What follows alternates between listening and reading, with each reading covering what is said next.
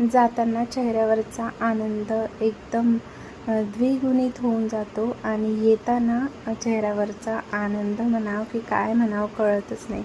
ते म्हणजे जेव्हा आपण सासराहून माहेरी जातो तेव्हा वेगळाच आनंद असतो आणि याच्या वेळेस वेगळंच. तर इथे आम्ही आलेलो आहो घरी, राखी वगैरे झालेली आहे आमची.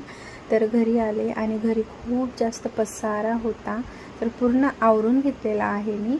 आणि घरी मग येता येता आम्ही दही घेतलेलं होतं. प्रिशा इथे झोपली होती, तर इथे कामं वगैरे मी आवरून घेतले सगळे आणि दही खाण्यासाठी बसले इथे.